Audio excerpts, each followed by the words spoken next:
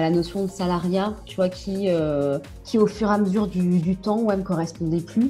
Ouais, me mettre à la place du client comme si c'était mon entreprise et de lui proposer ce que moi j'aimerais qu'on me propose. Et je pense que le fait de prendre du temps, même au début quand c'est encore un prospect, c'est aussi là où ça joue, quoi. Si vous êtes webmarketeur ou référenceur et que vous avez envie de devenir freelance, moi j'ai envie de vous aider en vous permettant de découvrir un témoignage.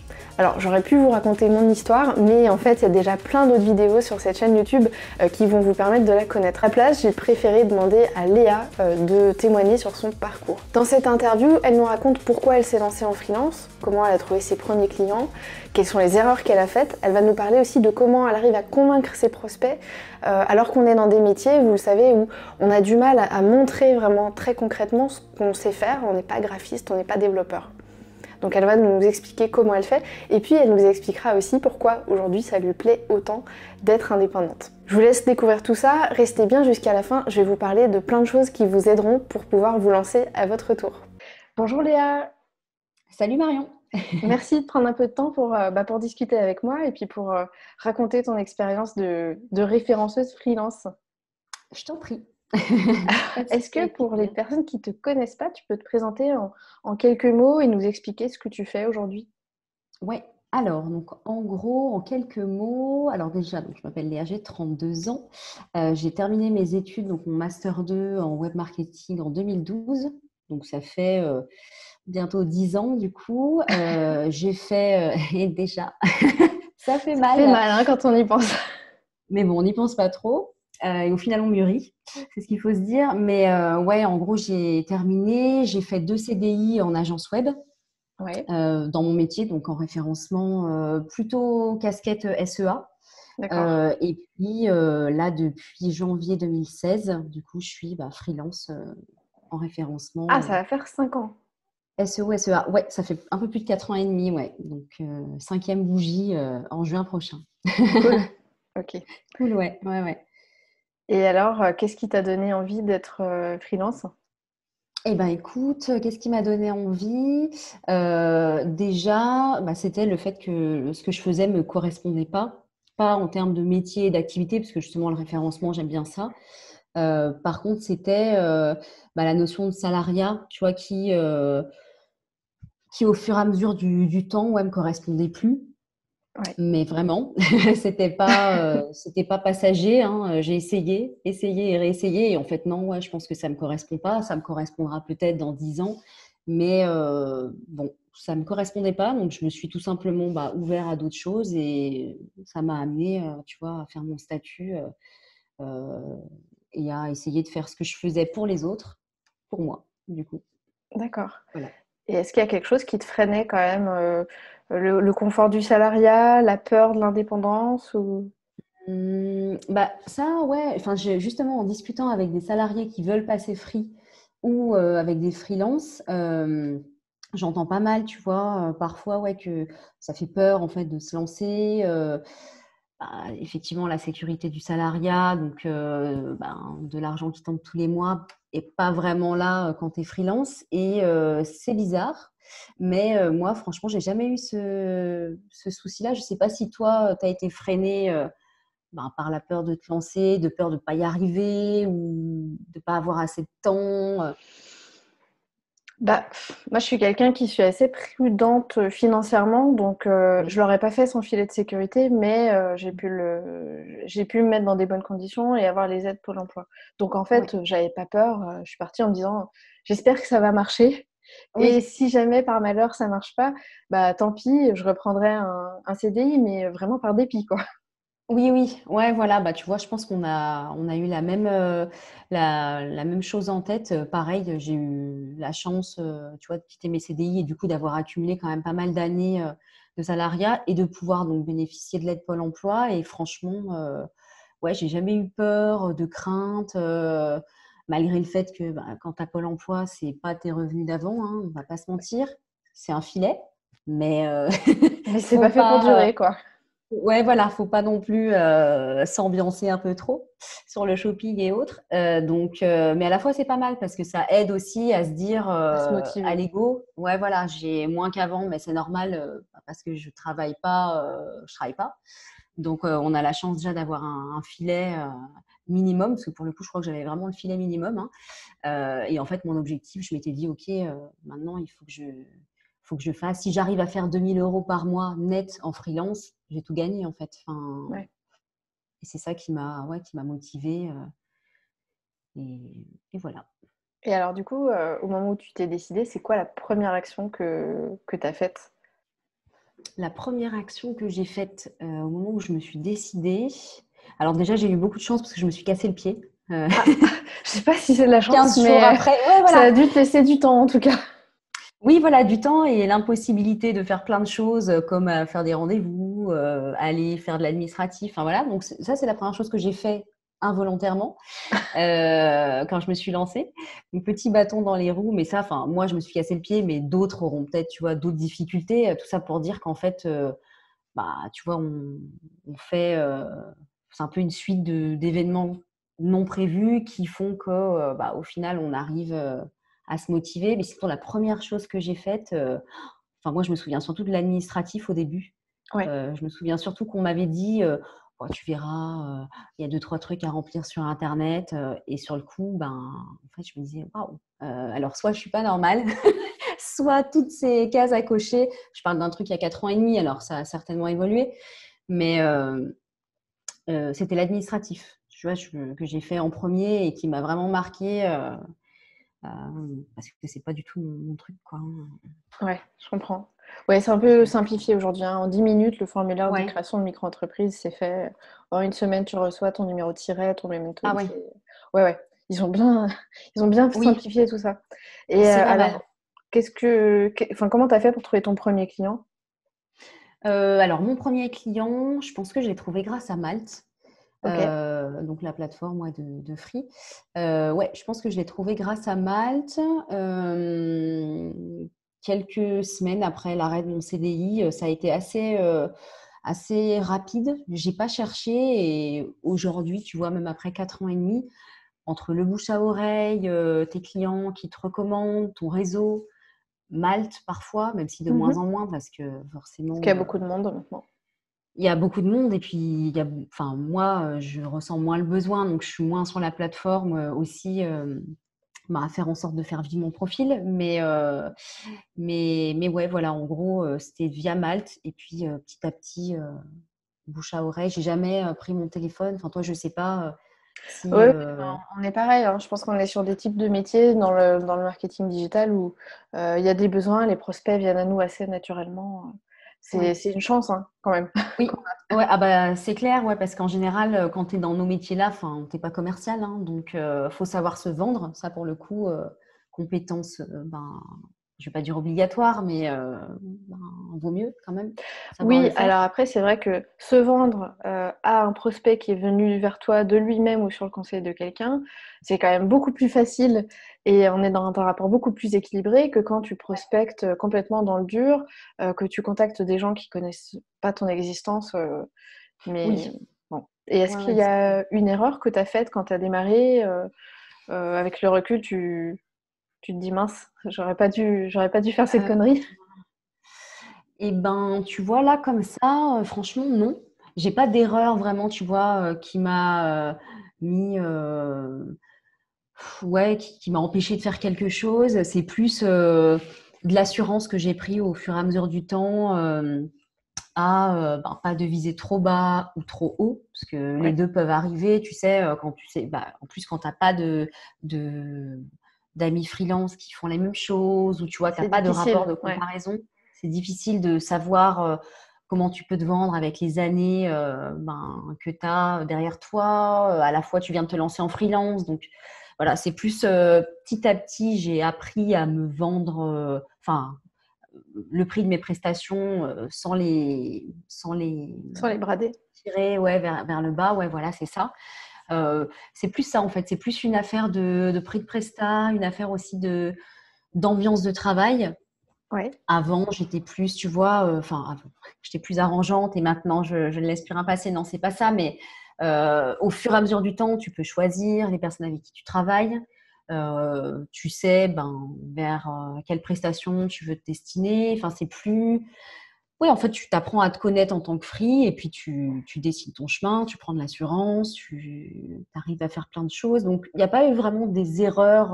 En tout cas, je me souviens pas d'un truc marquant, tu vois, que j'ai vécu.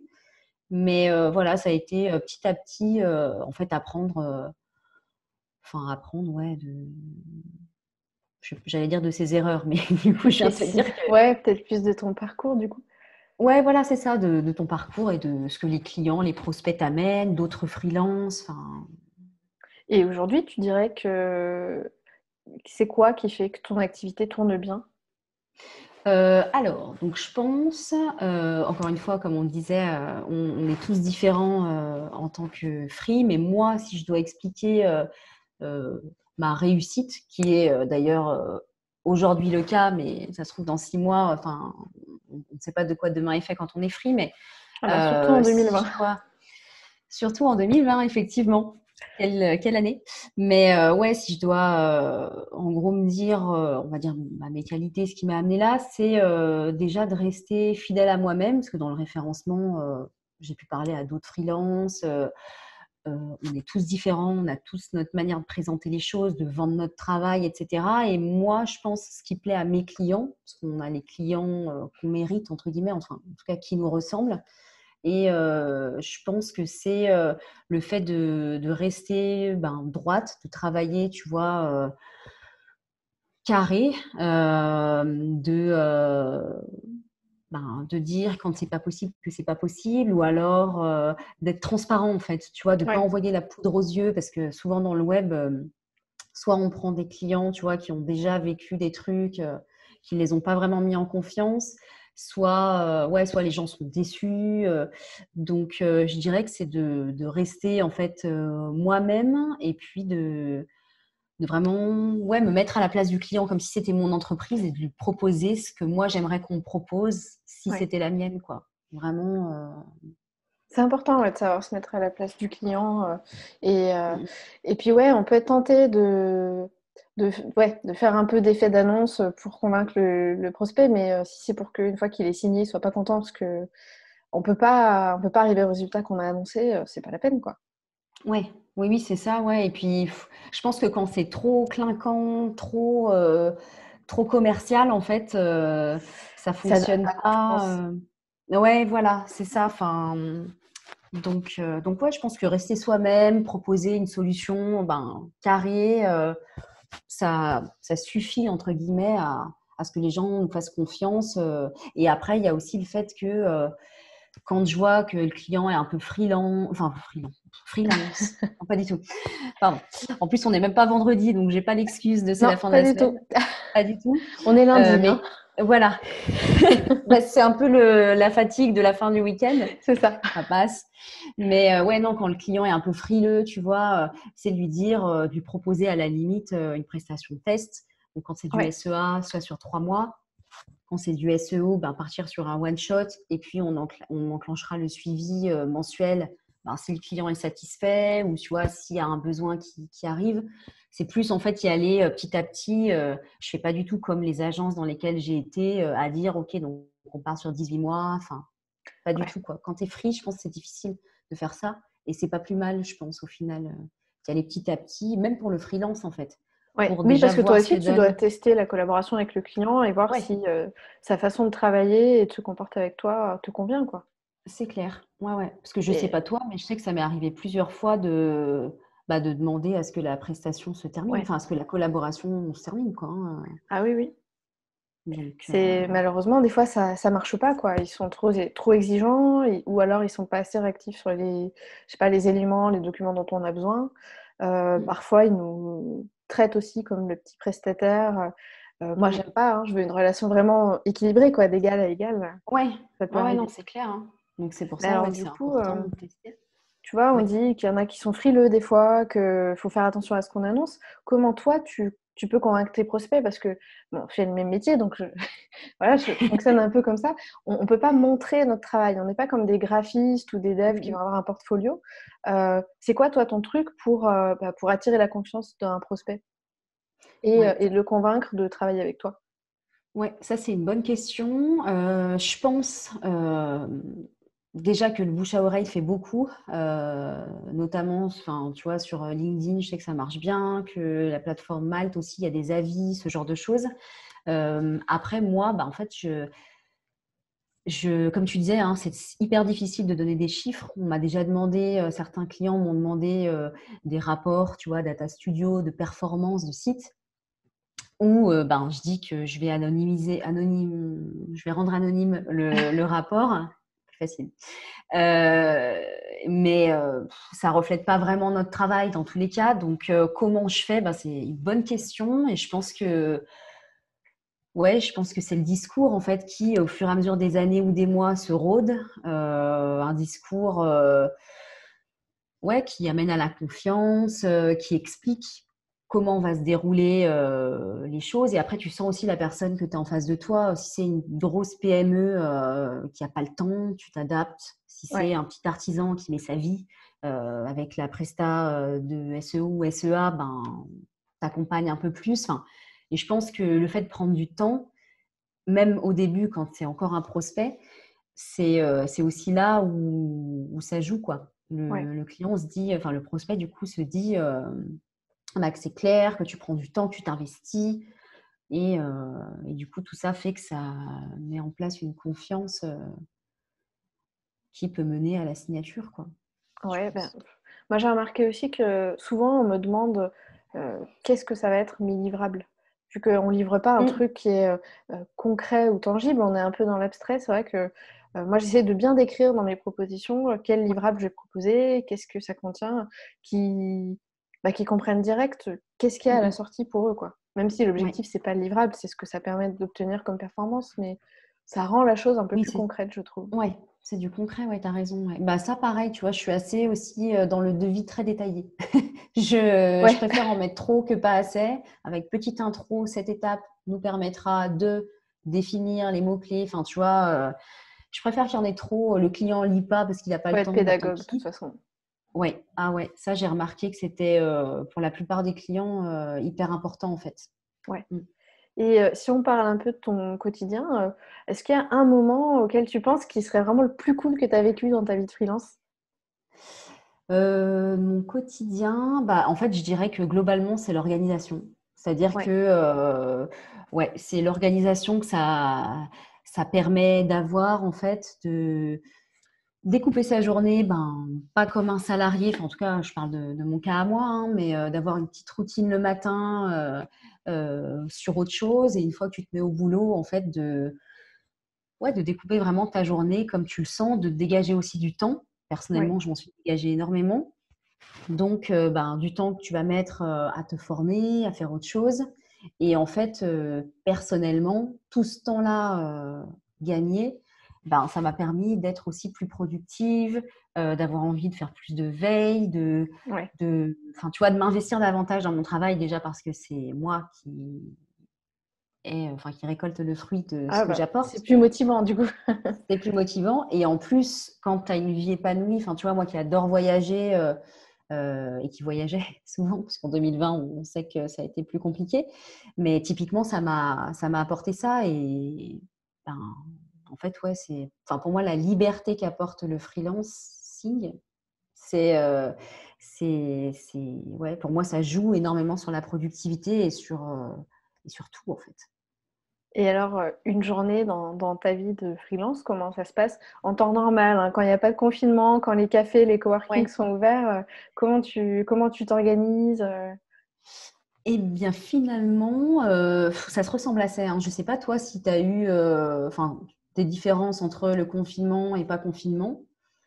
Pas trop parce que je suis assez ours, je travaille beaucoup de chez moi quand même. Voilà. Eh bien, moi, c'est à peu près pareil, hein. À part une fois par semaine, j'essaye quand même de me bouger pour aller, tu vois, dans un café, histoire d'avoir un peu bah, tu vois, d'ambiance autour, Ouais, de aussi voir de un peu de retrouver monde.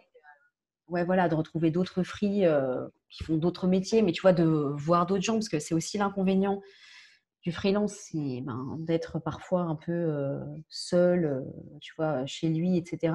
Mais sinon, ma journée type, elle est très simple.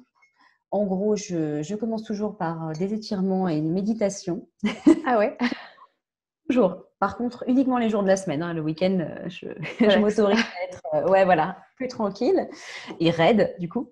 Non, mais en gros, ouais, j'ai ma petite routine, tu vois, plaisir le matin. Après, je démarre par un tri de mails. Ouais, Et après, je dirais que ça se déroule ni plus ni moins que comme du salariat ou enfin en tout cas basique. Enfin, tu vois, j'ai mes calls, j'ai mes optis à faire, mes audits à faire, mes campagnes à optimiser. Enfin, donc après, ça se déroule assez naturellement. Et puis, je finis bien plus tôt aussi, ouais. puisque, enfin, de chez moi en tout cas, et puis même quand j'étais salariée, je travaillais au final tout autant, mais en bien plus de temps étalé. Ouais, Là, en 5 heures, enfin, quand j'ai fait 5 heures de travail effectif chez moi, j'ai le cerveau, enfin, je suis plus capable de rien, quoi. ouais, t'es vraiment Donc, à fond dedans, donc ça te prend ouais, plus d'énergie.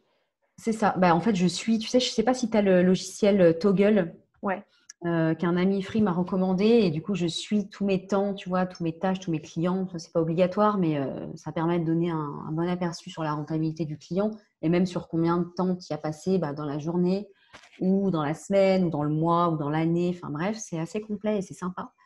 Mais je sais plus pourquoi j'en arrive à parler de Toggle, mais toujours est-il que voilà, en gros, ça donne ça. Et 5 heures en gros, c'est bon quoi, t'as fini ta journée. ouais, 5 heures de travail, j'ai fini ma journée et je m'arrête là. Je m'arrête là, quoi. Très bien. Voilà. On n'est pas obligé de faire du présentéisme, hein. Il n'y a personne chez nous qui vérifie ce qu'on fait. C'est pas Voilà, la peine c'est de ça. faire pour faire. Et du coup, Ouais, je pense que tu vas me dire non, mais est-ce que tu as des regrets par rapport à ton choix? Est-ce que un jour tu envisages de retourner vers le salariat? aucun. J'ai aucun regret. Non, non, j'ai aucun regret. Enfin, partir du salariat, pour moi, je pense que ça a été vraiment vital, hein. Enfin, vital. Je ne vais pas non plus abuser, mais C'était c'était nécessaire. obligatoire. Ah ouais, ouais, vraiment indispensable au plus haut point. Ça me correspondait plus. J'avais vraiment l'impression d'être un poisson dans un bocal. Tu te Tu sentais un vois, peu à l'étroit dans ce rôle-là, quoi. ouais, voilà, c'est ça. En fait, j'avais l'impression que je pouvais faire autre chose. Enfin, tu vois, c'était frustrant. Donc, bien sûr, non, j'ai aucun regret. Aucun regret, je ne me vois pas du tout. Enfin, en tout cas, là, maintenant, à mon âge et dans ma situation, je ne me vois pas du tout y retourner. Il ne faut jamais dire jamais parce que, il y a 5 ans, 10 ans, je n'avais pas le même avis que ce que j'ai aujourd'hui. Donc, dans 5 ans, 10 ans, potentiellement, on ne sait pas.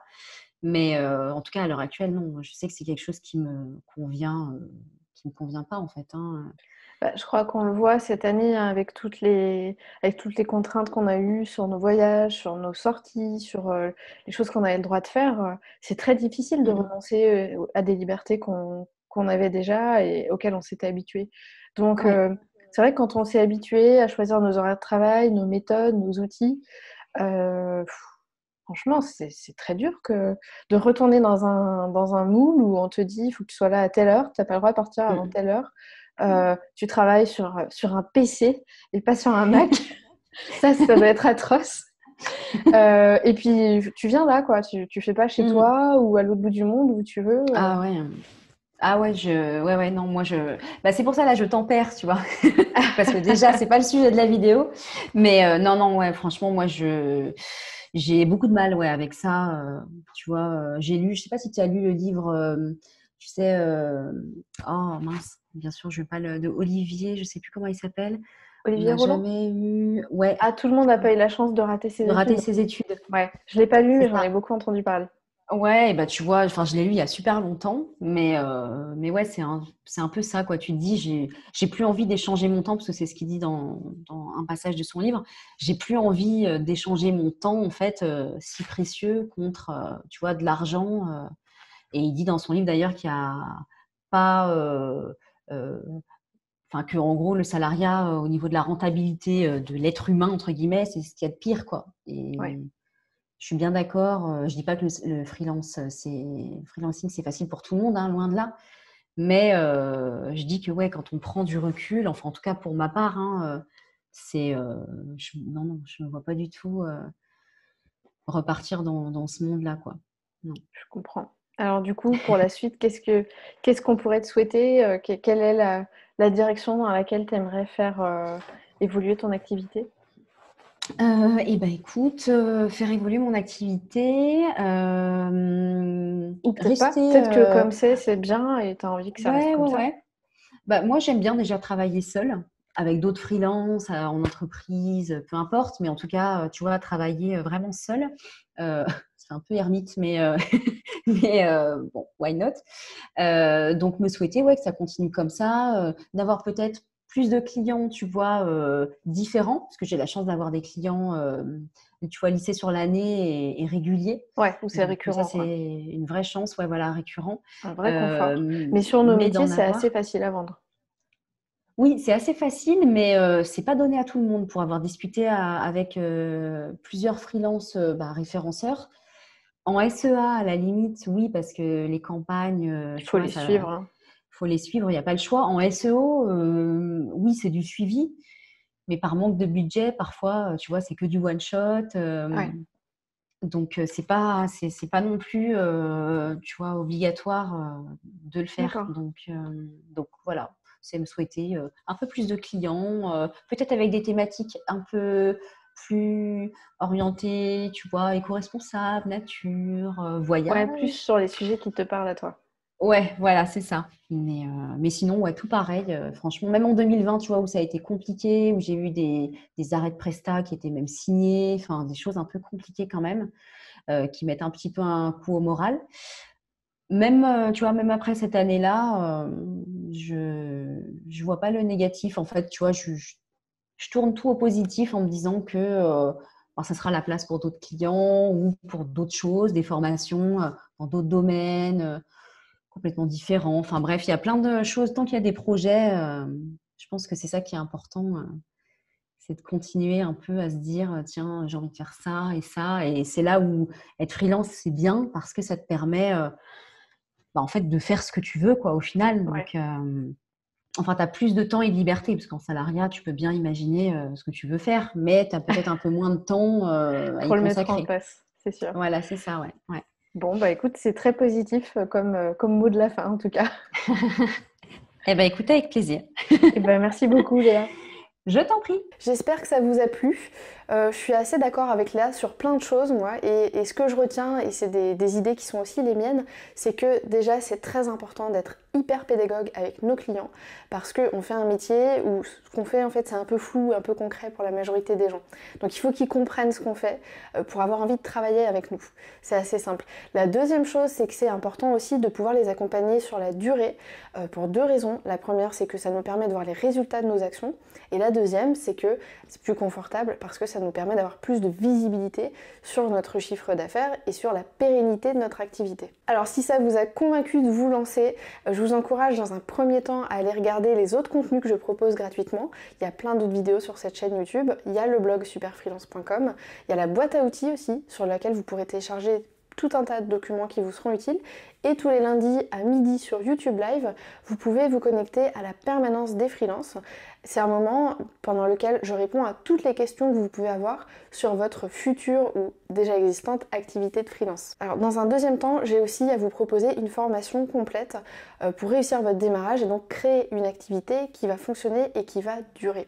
Cette formation se passe 100% en ligne et elle est prise en charge dans le cadre de votre CPF. On va y voir tous les piliers pour créer une activité qui est rémunératrice et qui est durable. Donc on va travailler ensemble sur la construction de votre projet, sur la construction de vos offres, sur la mise en place de votre tarification. On va voir comment vous pouvez trouver des clients et les garder aussi. On va travailler sur votre organisation, sur votre administratif. Voilà, tout sera réuni pour que votre démarrage d'activité freelance se passe bien. Toutes les infos sur cette formation sont sur le lien qui est juste en dessous de la vidéo. Je vous encourage à aller regarder ça tout de suite et je vous dis à très bientôt.